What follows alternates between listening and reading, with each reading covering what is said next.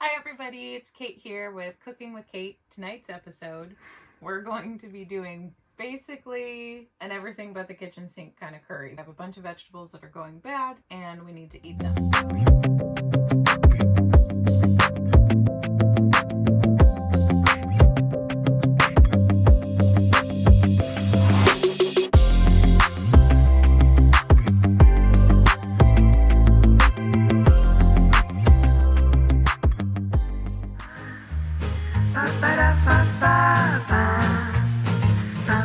So the easiest way for me to get vegetables is through liquid form, essentially, like any kind of soup or stew. Michael's not as big of a fan of soups in general, unless it's like super cold outside, but curries are a pretty happy medium for us both. My favorite is Thai. Basically my favorite food is Thai food. So I've learned how to incorporate some of those ingredients that are very essential to Thai flavor profiles into our own cooking here at home. So I really like it, Michael really likes it, and it uses up all of our sad looking vegetables. So for example, this zucchini looks pretty rough, but it's still edible. We'll cut off the bad parts and try not to waste the whole thing because we didn't get to it in time.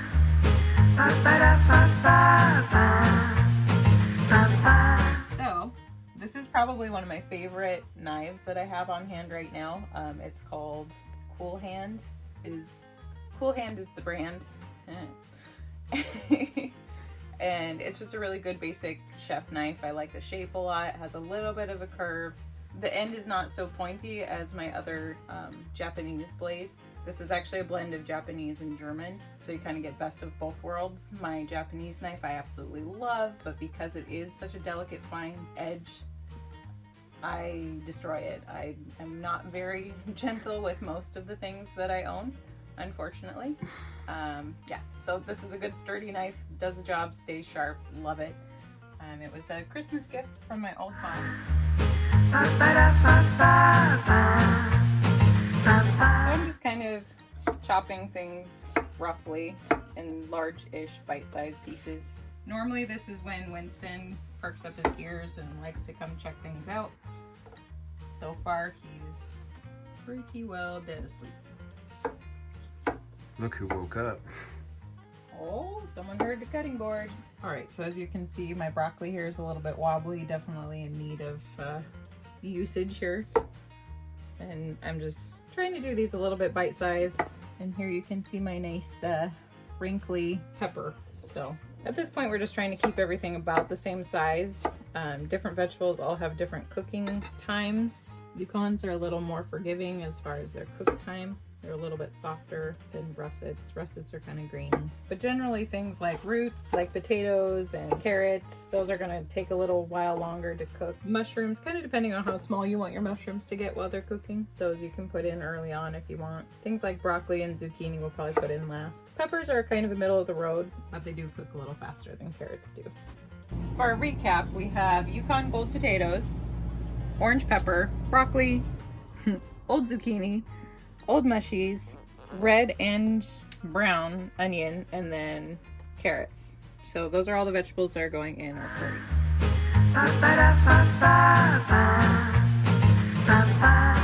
As far as flavorings and that sort of thing goes, we're gonna use coconut oil as our base. It's not a super high heat cooking oil, but we're just gonna saute the aromatics, which means the onions and the garlic, for a couple minutes. Normally I would also saute fresh ginger, but I'm out, so we are going to use powdered ginger. And then we'll throw in this red curry paste. I enjoy this particular blend. It takes a lot of the thinking out of it for me. We also have some extra turmeric and extra coriander if I feel like putting it in, we'll see. My salt, a little bit of brown sugar, fish sauce, which this is like the star of Thai food. So you can do alternative with lime juice and sugar and you just increase it. I learned how to do a lot of fish-free cooking while I was cooking at a school for those girls who are allergic to fish. And then also we have some chicken stock over here and then our coconut milk. Not sure about this particular brand, but we will find out later. Roasted cashews, Always a nice little crunchy touch to curries because everything's just kind of like mush. So we're gonna turn our Instant Pot on to saute. And I basically don't really measure anything. So we're just throwing everything in together. I'm gonna let the coconut oil melt a little bit before I throw in the veggies and whatnot. So the first thing that we're gonna do is our onions and garlic, and it's definitely a lot of vegetables. We'll see how well we do. And one of the awesome things about tiny kitchen cooking is I can just like throw my dishes right in the sink right next to my pot. And again, not really measuring anything. There's more garlic in the Thai paste, so I'm not gonna go too crazy. This garlic probably went a little extra. And we're just gonna let this saute for a couple minutes, kind of let the onions get a little bit more translucent. Get all of our carrots in there. And I'm gonna do the potatoes just because they're probably gonna take longer to cook, even though I don't think sauteing them for 2 minutes is gonna change that much of their cooking time.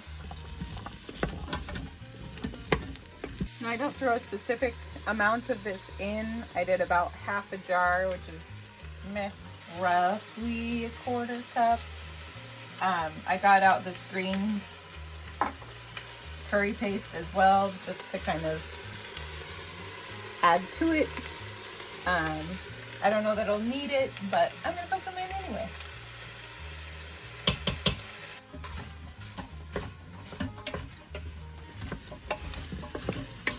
Got nice color going. I'll probably add in some of my powdered spices at this point. I don't know that I want to do turmeric, but we'll definitely do some more ginger. Usually for this, I measure it out into the cap because too many times I dump straight from the bottle into the pot and I end up dumping like 1/4 cup of it or whatever's in the whole thing. So that's maybe a teaspoonish. And I'm just doing that because I didn't have the actual ginger root to put in there. This is just coriander. It has a little bit of like a maybe acidic or like lime kind of taste to it.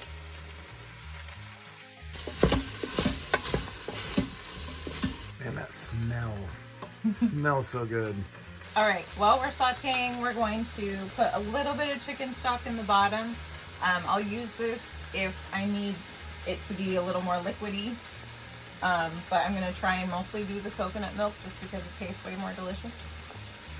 And usually with the first liquid that you add into your cooking pot, that's gonna like bring up all of the burnt bits, if you will, or the parts of the food that are cooked to the pan. So that'll give you a nice clean pan for your soup. You can see my potatoes are kind of sticky. They're moving the pot.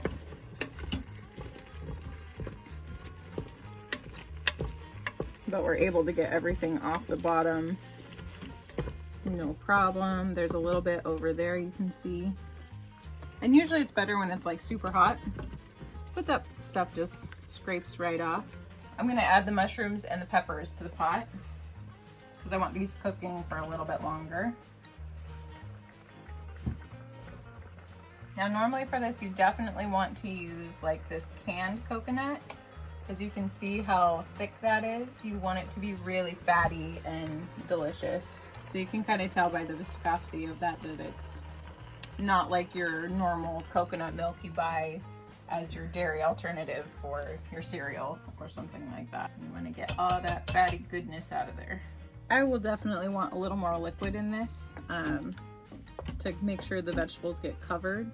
And then especially because we're adding more vegetables later, this isn't going to be quite enough liquid. And you can honestly just use water if you want. It will kind of make your curry a little bit thinner, but you can always thicken it up with like cornstarch or tapioca starch or something later.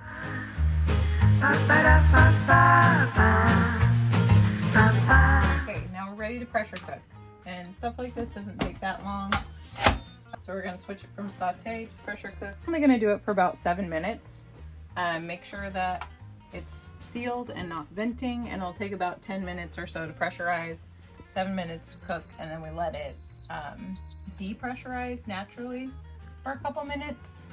All right, so the Instant Pot has done its natural release and I've already done the venting. We're gonna go ahead and open it up and add all of our other ingredients. Whoa.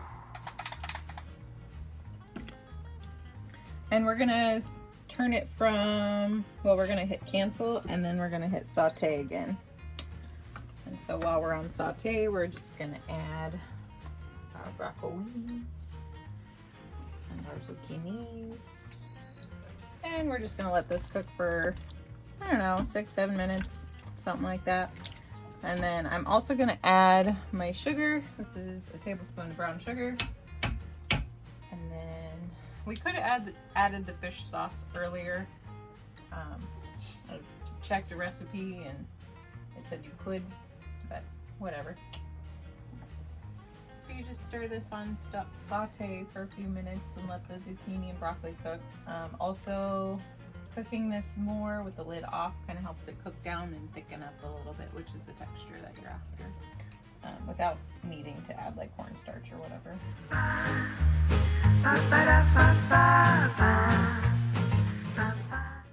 All right, so here we have the finished product. I just garnished it with some cashews and some green onions. Normally you'd probably want to do cilantro. It's a little bit more of a fun flavor, but green onions is what we have, so that's what we used.